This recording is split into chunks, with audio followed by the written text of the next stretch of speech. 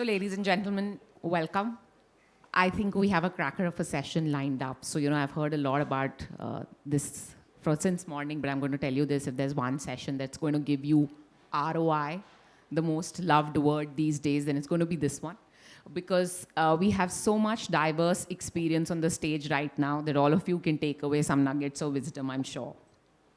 And when I was, when I was asked to moderate this session, I was looking at all the guests I'm hosting, and I said, I have two guys on this all guys panel whose name starts with A. There's one guy whose middle name starts with A, and most of you in the audience are like, useless data point. But ChatGPT told me that my chances of mixing them up is 50%. If the guy with the middle name actually uses the middle name, it's 66%. Wow, for me, it was an insight, guys, because it really made me say, I need to be on my toes, right? A famous ex-CEO of HP said, data makes sense when it's insight, because it first becomes information and then it becomes insight. And I think today, just to set the stage, given how diverse the experience of all my guests here is, I would like you guys to share something where insights have given you incremental customer experience, and those insights have come from being very data-driven. So, Ashish, if you would like to go first, yeah. God, that's the problem of name starting with A, sitting right beside the moderator. Okay. I think as a marketer, all of us live and die for insights. Okay. And we were just speaking yesterday on something else, and I was saying that there was a time when I started my career, we used to kind of die for data, and today we die by data.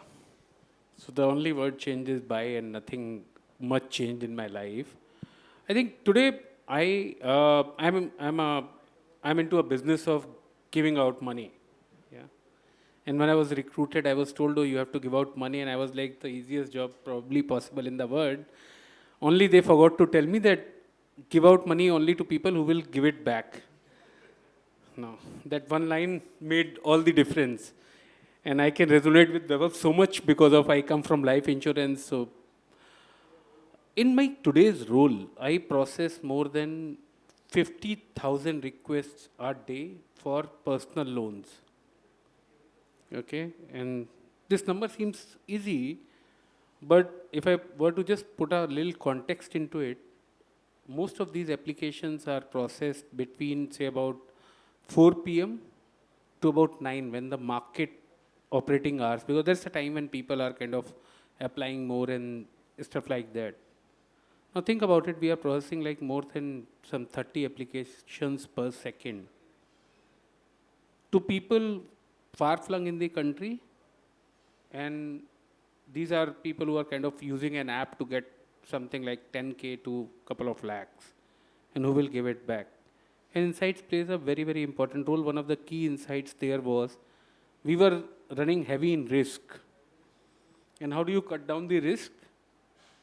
Typically in any of the businesses, we run campaigns, and if a customer is coming onto your website, very often, he's a good customer. Am I right?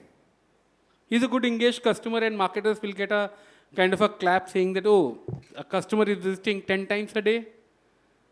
And we figured out, and I being a marketer, I was also kind of going gaga about saying how good our campaigns are, customers are coming, only to later figure out that when you look at the same customer on the risk profile, their risk is very high.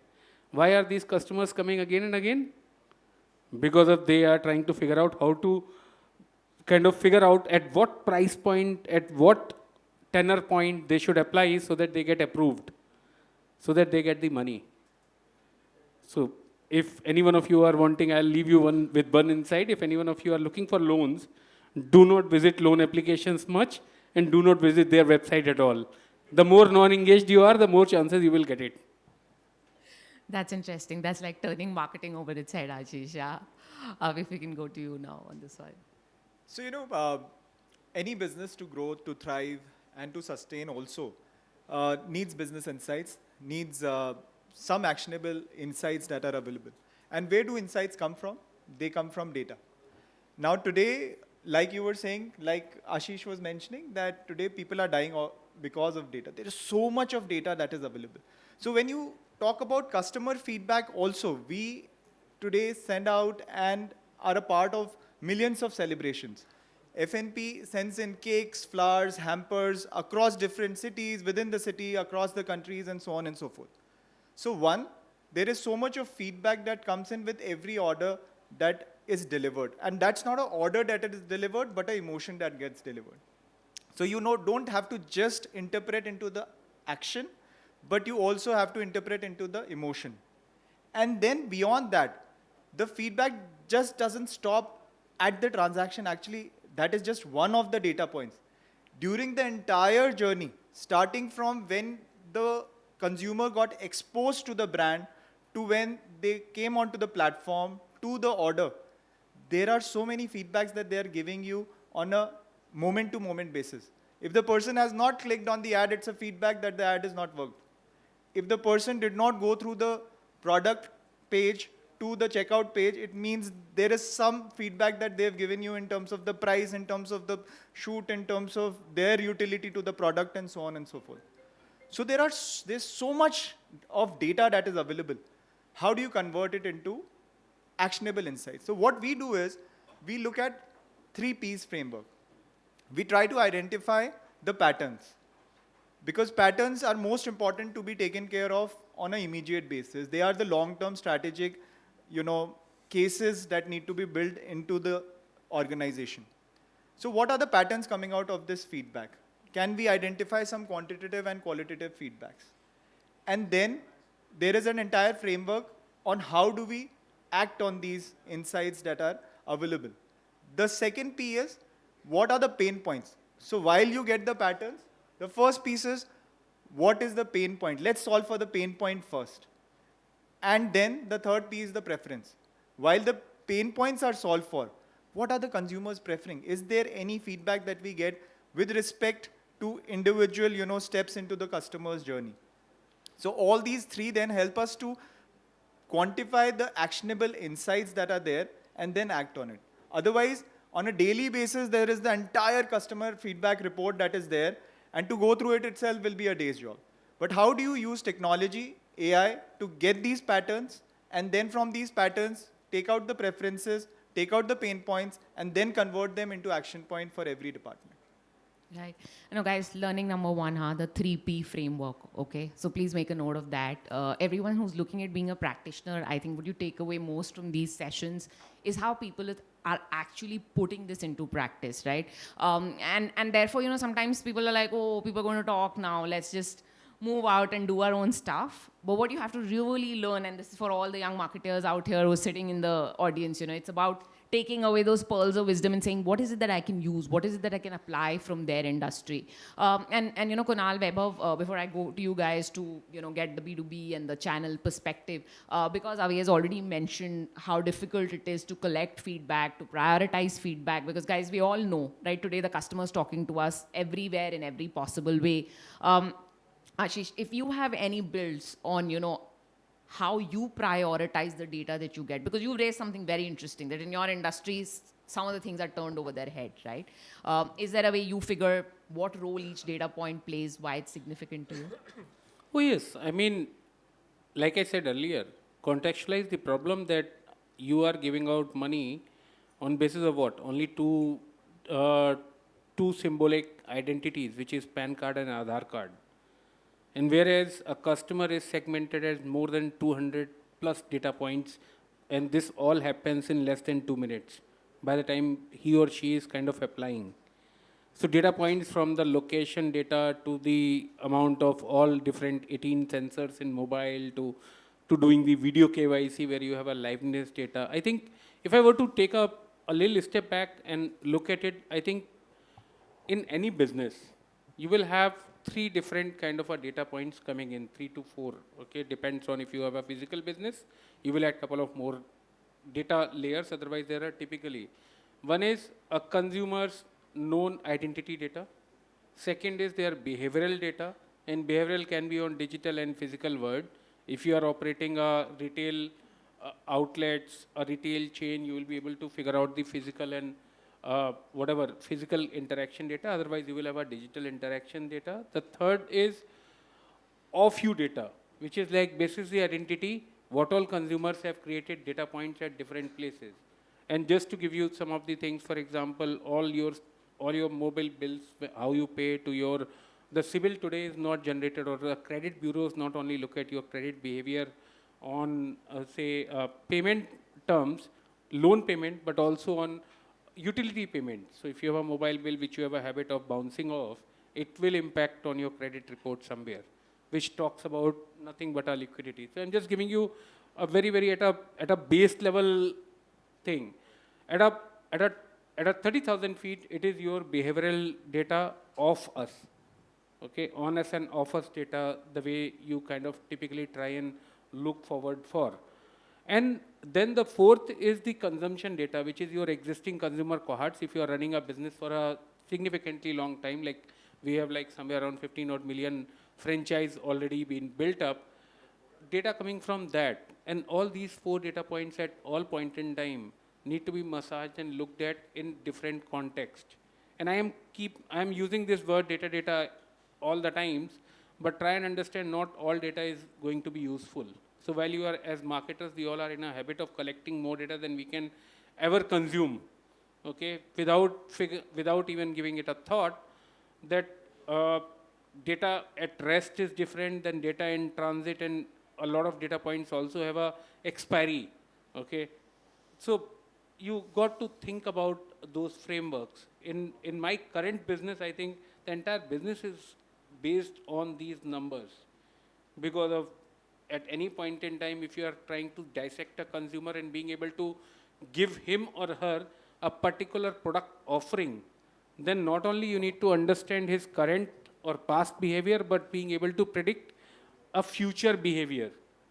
Because of at the end of the day, I earn my money when you pay the last installment on time, or bounce and then pay. So I earn both ways, but I would like to earn cleanly. So it's almost a business of prediction.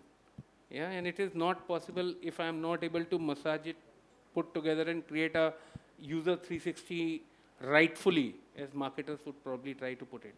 Yeah, no, Ashish, I mean, besides the four kinds of data, I think what I'm taking away is that credit isn't a great place to work, right? The amount of data we're expected to process. But yeah, Kunal, Vibhav, now coming to you guys, right? I mean, I'm sure data is equally important, even though you come from unique domains. So how is it making a difference from an experience standpoint? And maybe if you can add to that, if you see, I mean, to the problem shared by both Ashish and Avi, if you can share, if you think AI has a role here, because I think the sessions very clearly says it's first data maturity, but then you move to saying how AI can have a role there. And do you guys feel AI has a role there? AI has a role in making this feedback loop real time? Is it getting there? What's your perspective on that one? Yeah. Sure. Just to answer the first question earlier. So for context, SAS is a data and analytics company. We've been doing. We've been in the space since 1976. So we've been in the business of analytics when it was called statistics, right? And now it's moved on to AI as well.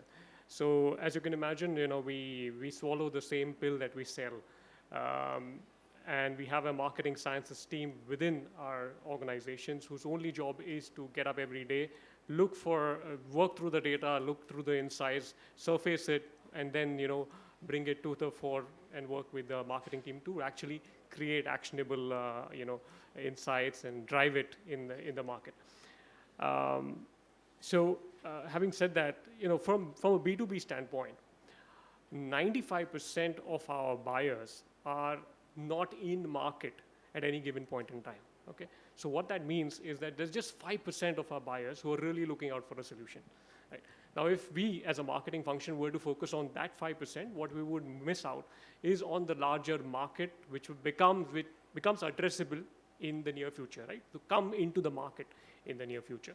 So what we're really then interested in is understanding where is the customer in his or her journey, right? So we are focused on the customer journey aspects a lot more than possibly a B2C organization.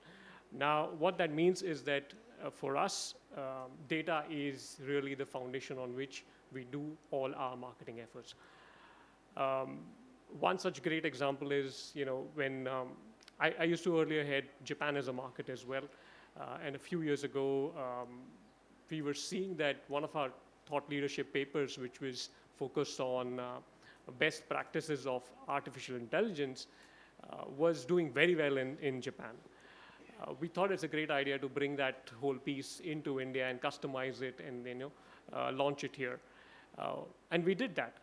But to our surprise, what we were looking at is a very, very paltry engagement numbers coming through, right? And that really confused us as to why that was happening. But then we kind of looked at the data, and then we understood that some of our primer pages around what is AI, how does it matter to our organization, which are the different sorts of umbrella AI terms that you could use, like NLP, machine learning, computer vision, so on and so forth. Those pages were doing fantastically well, right? And what we then took from that is that Japan and India were at a very different levels of maturity when it came to AI, right?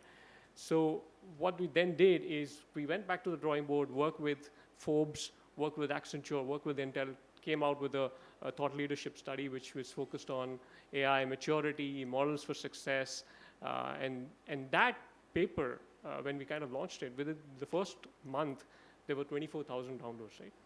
So what that informed us is that we were taking calls really based on where the customer journey is in that particular region. So we are taking calls on content based on these data insights. So that was a great example.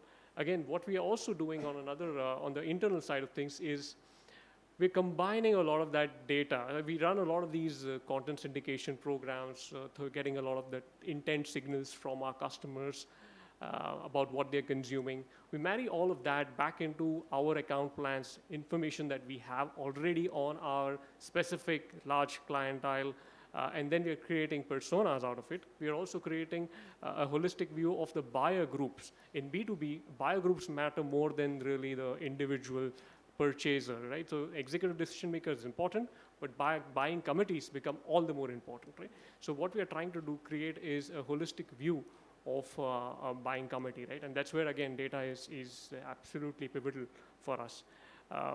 Moving on to the real-time actionable feedback, I think AI actually has the role to play of both a magnifying glass as well as a compass. Its definitive strength is in sifting through volumes of data, right?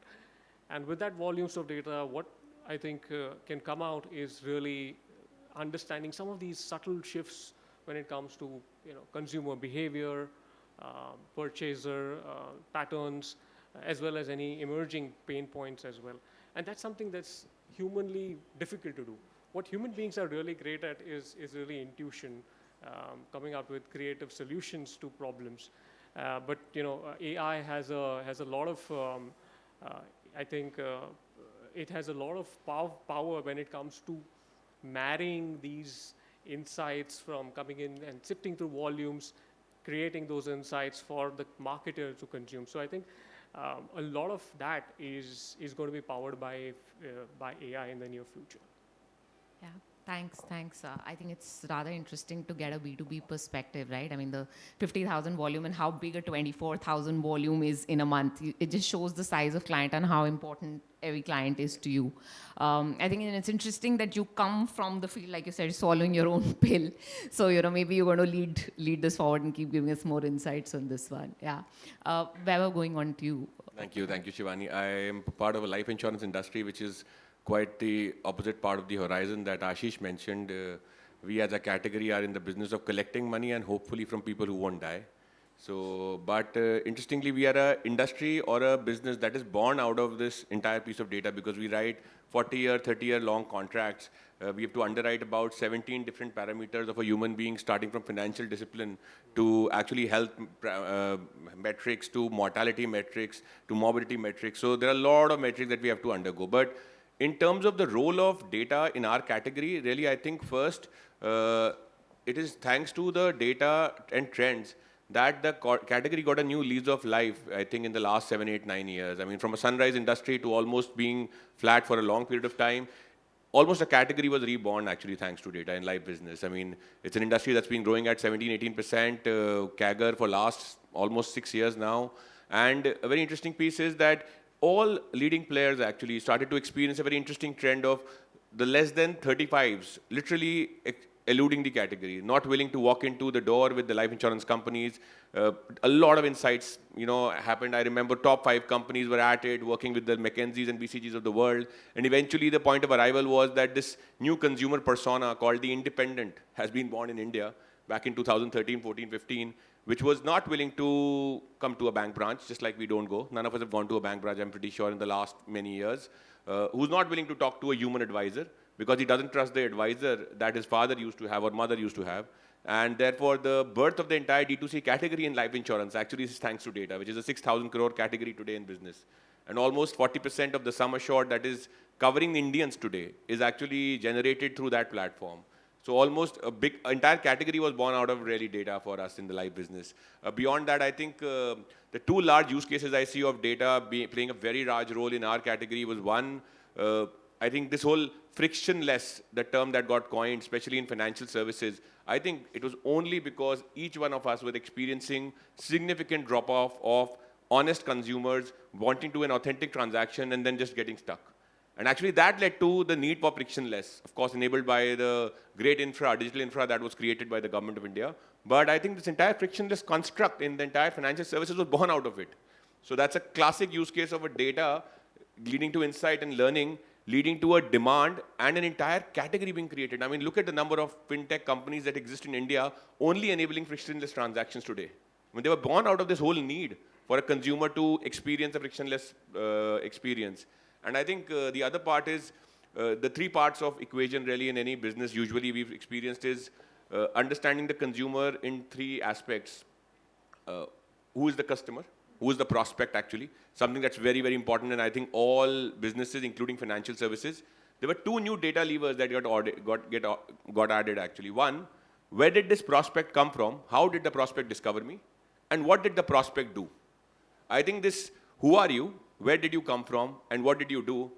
This troika led to disproportionate productivity and efficiencies for all the enterprises that have actually been able to leverage it. Usually a large amount of energy gets spent on who is the customer, but I think the remaining 2 levers, thanks to the new world order of data, has actually empowered marketers, business, acquisition engines to a very different level. So I think that's been a very big change for the financial services industry really. I mean, we as FS were really devoid of this information. We only knew who is the customer. I think the next 2 levers has pretty much led to all the growth that we've experienced in the last 7 or 8 years. In terms of use case of AI, I think the number one problem, I mean, there are many, many use cases, but the one that I found most potent and we've recently implemented actually is how do we get the point of sale conversation coded in a manner that it is usable for the product marketing and the servicing function. A very difficult problem. Usually human beings talking to a third human being leads to complete dilution of what the real insight is. So there's someone who knows a lot and someone who thinks he's understood what the other person is saying. I think AI has definitely completely eliminated that. I mean, we use extensively the voice to text platform. I know it's been overused, but I found it one of the most usable platforms at our enterprise. I mean, it's completely changed the way we've grown in the last 2 to 3 years because now there is very little amount of value judgment that we need to exert. And it's really objective decision making that gets enabled. So I think that's one classic use case that we've deployed and has helped us big time in our value. The other way I've seen AI genuinely leverage data in enterprises, especially in financial services, is surely testing of creatives. I know it sounds not so cool, but having a good tested creative out there, nothing beats that. I think none of the marketing strategies can beat you a hardworking creative that is liked by the customers. I mean, all else in one place and the other part in one place. I think it just weighs it down. And I think the AI tools that we've used and some of the platforms that we've recently used on testing creatives on a real-time basis, it kind of gives you independence from the platforms like Perfmax or the platforms like ASE, where you're only reliant on what Meta and Google engines are telling you. And you can take a much more conscious and a smarter call by testing those creatives. So I think that's the second use case I see for all marketers, especially when it comes to digital performance marketing. No, perfect. I think, what Kunal and Vaibhav have done is both have first given you a grounding in the foundation, right? Like knowing your customer, knowing the phase of your customer. I mean, leading to the creation of a whole industry, right? And then I think something brilliant has also come out is that keep it simple sometimes really helps, right? I mean, sometimes people go and think, it's going to make me smart when I talk about AI, right? But that's not the whole point, right? Soumya very nicely said, AI drives an outcome. It's a tool. It's not there to make you look smart, but it's there to make you do smart work, deliver customer experience, create incremental impact. So I think, guys, another thing in the Kantar session, which Soumya raised, was that, Vaibhav, you said something very interesting there, right? You said, someone's very smart who knows everything. And then by the time it goes to 3 people, it's lost. And that's where AI does a phenomenal job. At the same time, what was raised in a session was that in a country like India, where human labor and human capital is a lot more, available, more easily available, right? Over dependence on AI, on data automation, etc., may have adverse impacts there. So maybe I just want each one of you, and we have no answers today, right? But a 5-10 year look ahead, which says futuristically, how will we drive this balance between an empathetic human touch with our customers, and at the same time AI driving a very efficient process for us, right? Because we are all saying conversions will go up, people will know exactly, because there'll be a great recommendation engine, for example, that will tell you the right product, because people may not be the best transmitters, but yet people are looking for people connections. It'll be great to hear from each one of you how you think we'll drive the balance in the next 10, 15 odd years, or maybe 5 years. I think the part that AI will surely solve, I think, is the entire transaction management engine. It will surely solve the entire task orientation engine. Generating actionable insights will be human plus AI, I think. But what it won't replace, I'm pretty sure, is relationship. I think we all need deep relationship with our customers. Engagement and relationship are two different elements. I think we sometimes confuse it. Surely all the automation and digitization and AI in the world can solve for engagement. But I think the relationship aspect will definitely be human-oriented. I mean, 2 specific examples that we are experiencing at Max Life is that the relationship NPS that we measure, we've seen a significant bump up from the time when we've ensured that after the first 3 chats, I mean, on our AI bot, which ends up servicing customers, if in the first 3 chats, there's a 4th time a customer texts us in the same chat, a human takes over. And we never used to do that. We used to say, it's okay, then you email it us. The moment a human takes over, we saw a significant bump up in our relationship NPS. I mean, we are seeing that as an outcome, we are getting a significant larger contribution of cross-sell from those customers whose queries gets resolved. So once again, I think the relationship piece, or genuinely solving a problem sometimes versus solving a transaction. AI will solve transactions, humans will still be needed to solve problems. Perfect. Kunal, what about? I think the answer somewhere lies in the intentionality of how organizations are going to really deploy AI, right? I think automation and AI are great, but there is this whole human empathetic quality that we sorely possess. AI can do a lot of that volume work, but the essential way of using that is really to free up human beings to do what we do best, which is connecting, being empathetic, and really building a relationship, right? Building those deeper connections, as Vaibhav was saying. And I think the organizations of the future who will really deploy and win in that customer experience era is going to be organizations which can delicately balance precision with authenticity, efficiency with warmth, and really scale with personalization. Right? I think we are in that sort of an era where there's a delicate dance that marketers and organizations have to play between data as well as humanity, right? And the ones that will really win are the ones that don't treat customers as data points, but really treat them as stories that need to be heard. Perfect. Avi, what about you? So there can be 2 ways of looking at this. One, for sure, AI, which is artificial, needs to be mixed with human. So artificial intelligence and human intelligence go hand in hand. You can't ignore one now, any one of them. Now, the 2 aspects. First is, at times, I have seen that AI could be much more empathetic about answering something when you give it a chance, versus a human being. Human beings are also driven by emotions. You have a bad day, your manager can screw your life, right? Or your manager has had a bad day and the manager can screw your life. So your emotions also drive how you respond and react. While AI, because it is machine-based, because it is automated, the response that it gives is usually very, very, controlled, empathetic, and the kind of responses that you get from them are sometimes better than humans. Now, what is the other aspect of it? The other aspect is that in this entire wokeness and this this haste to get AI implemented and automation done, a lot of these, a lot of the brands have made it completely automated and have removed human intervention completely. So, and I completely resonate with what Vaibhav just mentioned, that after 3 responses, which are human, automated responses, the 4th response, a human takes over. I have had my personal experiences so many times wherein you go to a chat thinking that it will solve for a problem, but the chat is too dumb to understand what the problem is, and then you're looking for answer, but you don't even have an option of typing or explaining yourself. It just goes to those options that, as per somebody, are the only 3 options that a person could come for. So it's very important to kind of mix these 2 elements together. Otherwise, sometimes intelligence of AI will not work and sometimes HI will not work. Giving another example, I was doing a movers and packers very recently, and it was all automated. I thought, let me use a new age company for it. Now they had an automated place where they had to confirm the location. I had to confirm the pin location of where it is to be sent from and where it is to be received. Now I am shifting from the same floor to a different floor in the same building. It did not let me. As per it, you have to move at least some meters for you to move. You cannot move if you are in the same location. And there is no way to solve then. And there was no way then to find out what the customer care number is. Because the moment you go to a call center, all they were concerned about is a new query. The moment you go to existing customer, it tells you to go to chat. And chat doesn't have that option.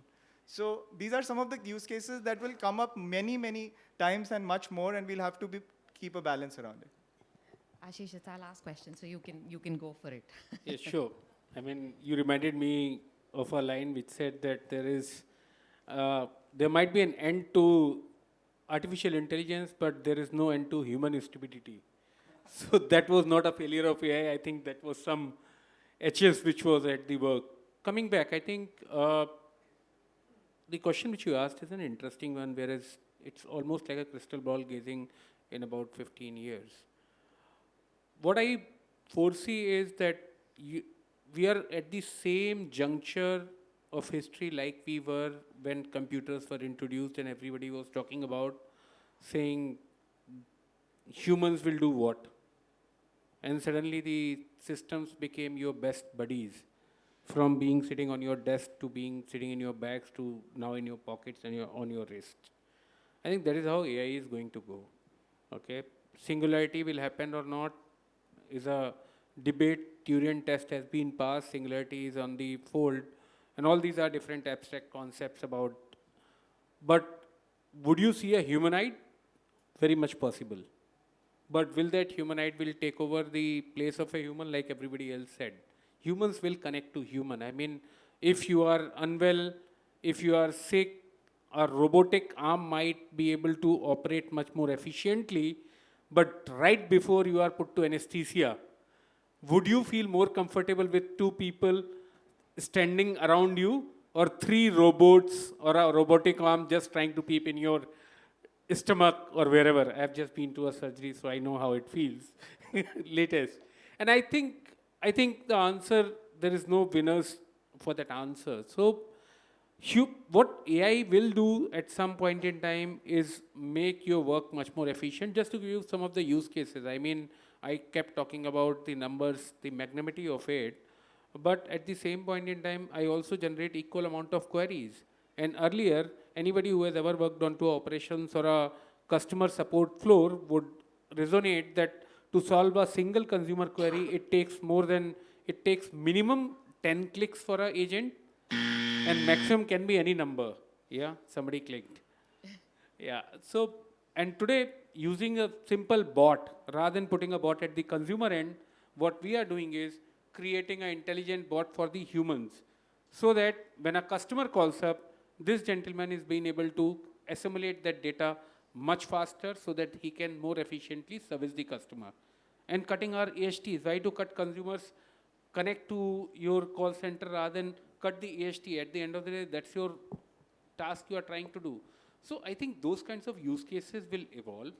You will have much more humans becoming much more efficient, and you will have much more time at your hand to be able to do some more creative work than punching numbers into an Excel sheet. Thank you. Ladies and gentlemen, I'm sure you'll agree this has been a great enlightening session. I've personally loved the crystal ball gazing, from transaction to relationship, from authenticity. We've discussed where humanity will do what it does best, connecting, collaborating, and creatively creating, right? On that note, thank you everyone for a great session. I hope the audience enjoyed it as much as we did. Thank you. Thank you so much. And maybe urge all of you to kindly stay back and allow me an opportunity to call upon Anshul Batra, Vice President, Advertising and Marketing Services of Paytm, and Sandeep Singh, COO of Single Interface, to please join us on the stage. Let's give both our dignitaries a warm round of applause as we welcome them on the stage.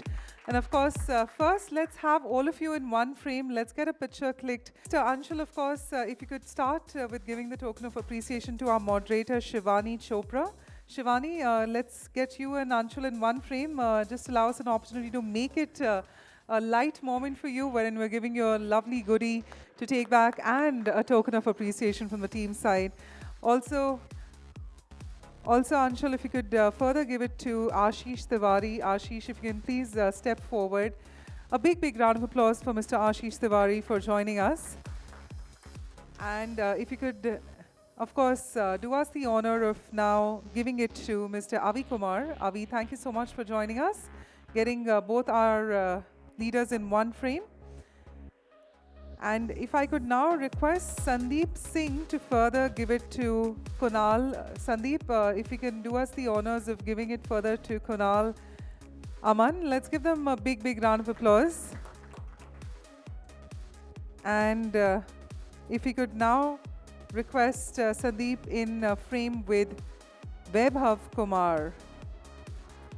Vaibhav, thank you so much for joining us today.